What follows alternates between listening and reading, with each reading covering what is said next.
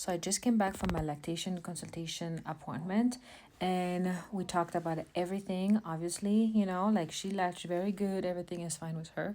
But because of my low milk supply, it can be caused by the thyroid, the PCOS, or the hemorrhage. Like there's so many factors. And before jumping to conclusion and thinking that I might have glandular insufficient glandular tissue, so meaning you don't have enough breast tissue to make milk, like physically you cannot make enough milk, we're gonna try everything, meaning like power pumping and do triple feeding. So I have to do triple feeding every 2-3 hours, and we actually have to stop waking her up at night. So I was like, oh, I can finally sleep. Well, no, I have to be up.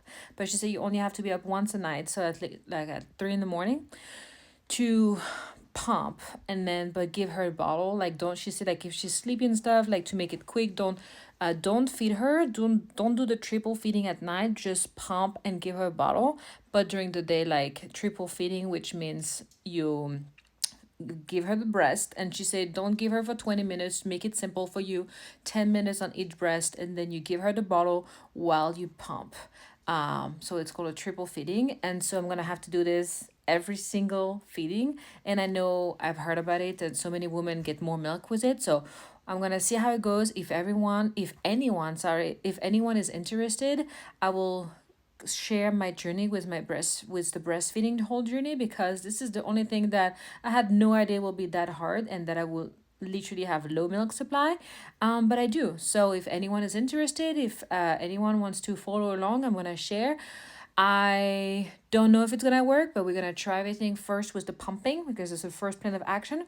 If that doesn't work, I will get more blood work to check at my thyroid and my pro prolactin with an actual doctor, and then the last resort will be to get the medication to help induce milk supply.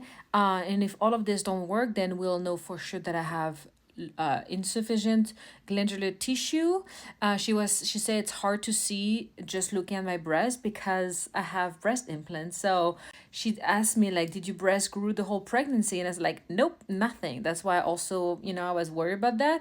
And then another sign is when you have too wide of a space between both breasts, and I've always naturally had a wider, space between both. So she said, like, she doesn't want to jump to conclusion, so we'll try everything, the pumping, the medication, and everything. But the side effect of the medication, which is postpartum depression. And since I'm doing great, I'd rather not take the medication, but I'm gonna try everything because we're going to Europe, and I will rather breastfeed. I would rather breastfeed exclusively, like I've always planned on, especially when traveling and all this and the plane, than having to carry formula and water and the bottle and do the whole shebang. So I'm gonna be dedicated for the next 2 weeks to exclusively a triple feed and power pumping. She said if some days you can't do the triple feed, do the power pumping. I'm gonna try it. We'll see if I get more milk. And she said, even if you get a little bit more milk, that's a positive thing. She said the goal is you don't need to get more. The goal is to get like 5 ounces, both breasts combined, each time you pump, because you don't need that much. She said we're gonna have to find the medium, like the perfect medium ground. We don't want to be an oversupplier and then you have to breastfeed you have to pump all the time. And she said you don't need like freezer stash. Your goal is just to have enough to feed her completely and get off formula. Yeah, we'll see how that goes. I have my next appointment next week.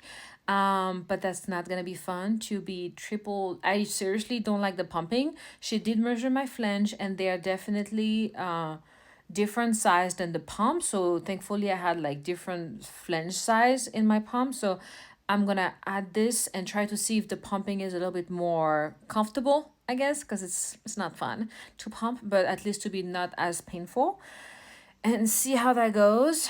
And she also showed me like a best way to feed her, like horizontally, like on my legs while I pump, because that's what I hate is that when I'm pumping I can't hold her, I can't feed her, like it's just so uncomfortable. And like my husband is back traveling, and he was traveling this week, and I was by myself, solo parenting, and it was not fun having to deal with everything and not having any help. So like the triple feeding is gonna be hard in that regard, where my husband is, if he's not here or he's traveling, but at least she showed me a position where I can give her the bottle and pump at the same time. So let's cross finger. Let's see if this works. And if you have any, and obviously I have to keep taking all the medication.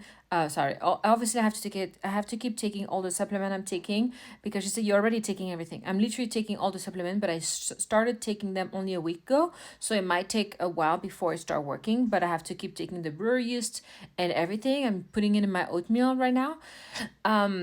And so I'm gonna keep doing everything, and let's cross finger that it works. If it doesn't, then at least I know that I tried and that I physically cannot make milk. And it is what it is.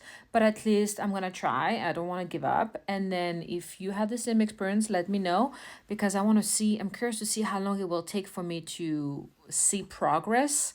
I'm hoping I'll see progress next week, because if I don't see any progress, I'm gonna want to give up so fast, because I'm not looking forward to that triple feeding every 2 to 3 hours, literally every single day. I'm really not looking forward to it.